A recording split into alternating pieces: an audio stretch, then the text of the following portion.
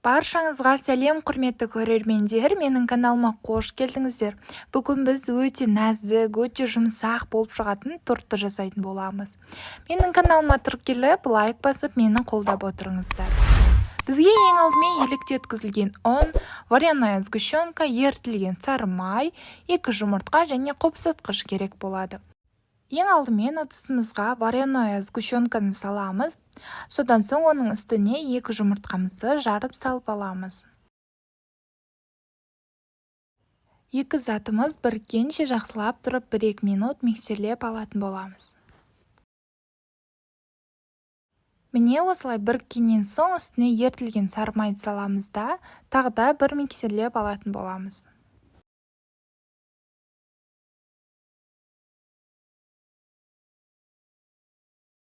Ендігі кезекте құрғақ ингредиенттерімізді біріктіретін боламыз. Жақсылап екеуін араластырып аламыз да, міндетті түрде електің көмегімен өткізіп қосатын боламыз. Міндетті түрде електің көмегімен өткізу керек, өйткені біздің корждарымыз сол кезде жұмсақ әрі нәзік болып шығатын болады. Және де ұнды міндетті түрде 2-3 бөлікке бөліп қосатын боламыз. Бірден қосып жібермеңіздер.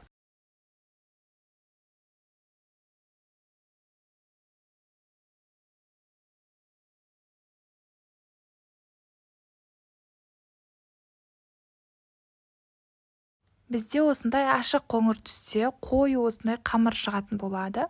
Енді бұл қамырларымызды формаға салатын боламыз. Менде осындай форма, және де пергаменттің үстіне форманы қоямыз да. Менде форма 18 диаметрде 2 ас қасық қамыр салып, жақсылап бір тегіс етіп жайып шығатын боламыз.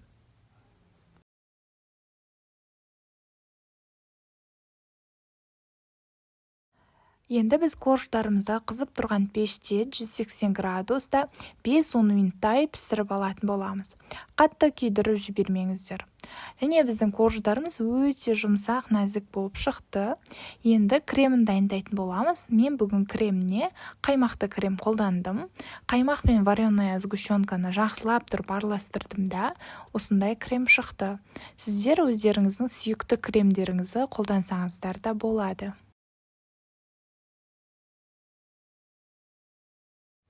Міне біз жаңа корждардың барлығын пісіріп, суытып алған болатынбыз.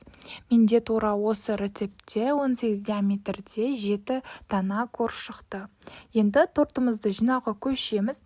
Ең астыңғы бөлігіне тортымыз жылжымасы үшін кішкене ғана крем жағып жібереміз де, осындай кальцияның көмегінде жинайтын боламыз. Сол кезде біздің тортымыз бір тегіс тіп-тіке болып шығатын болады. Және кремді арасына 2-3 қасық сала отырып, тортымызды жинайтын боламыз. Менде ана жерде пиалада не ол десеңіздер, негізімен тортқа пропитка жасаған болатынмын.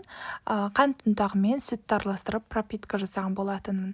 Бірақ та тортқа қосқан жоқпын, өйткені торттың коржы тым нәзік әрі жұмсақ болғандықтан, торт тым қатты жұмсақ болып кетеді деп оны қоспадым. Міне тортымызды осылай кремін жағып, коржын қойып, осылай барлық тортты жинап алатын боламыз. Достар, айта кететін жайт, менің каналыма кіріп, маған қолдау білдіріп, және де комментарий бөліміне алдағы уақытта қандай рецепттер күтесіздер, соны жаза отырыңыздар. Және менің каналымда бір жасағаннан жақсы, күшті болып шығатын рецепттер өте көп. Кіріп, қарап жасасаңыздар болады. Міне тортты осылайша жинап болдық. Бізде азғантай крем артылып қалды, оны тоңазытқышқа салып қоямыз. Оны торттың бетін, жанын сәндеуге қолданатын боламыз. Және торттың бетін пленкамен жауып, бір түнге тоңазытқышқа қалдыратын боламыз. Міне бізде бір түн өтті. Ертесіне тортымыздың бетіне жабылған пленканы алып тастаймыз да, тортымызды кальциядан пышақтың көмегімен абайлап шешетін боламыз. Енді тортымызды сәндеуге көшеміз. Тортты өздеріңіз қалауларыңызша сәндей берсеңіздер болады. Мен кеше қалған торттың жанына алып қалған кремді жағып, және өзімнің фантазиямды қосып сәндеген болатынмын.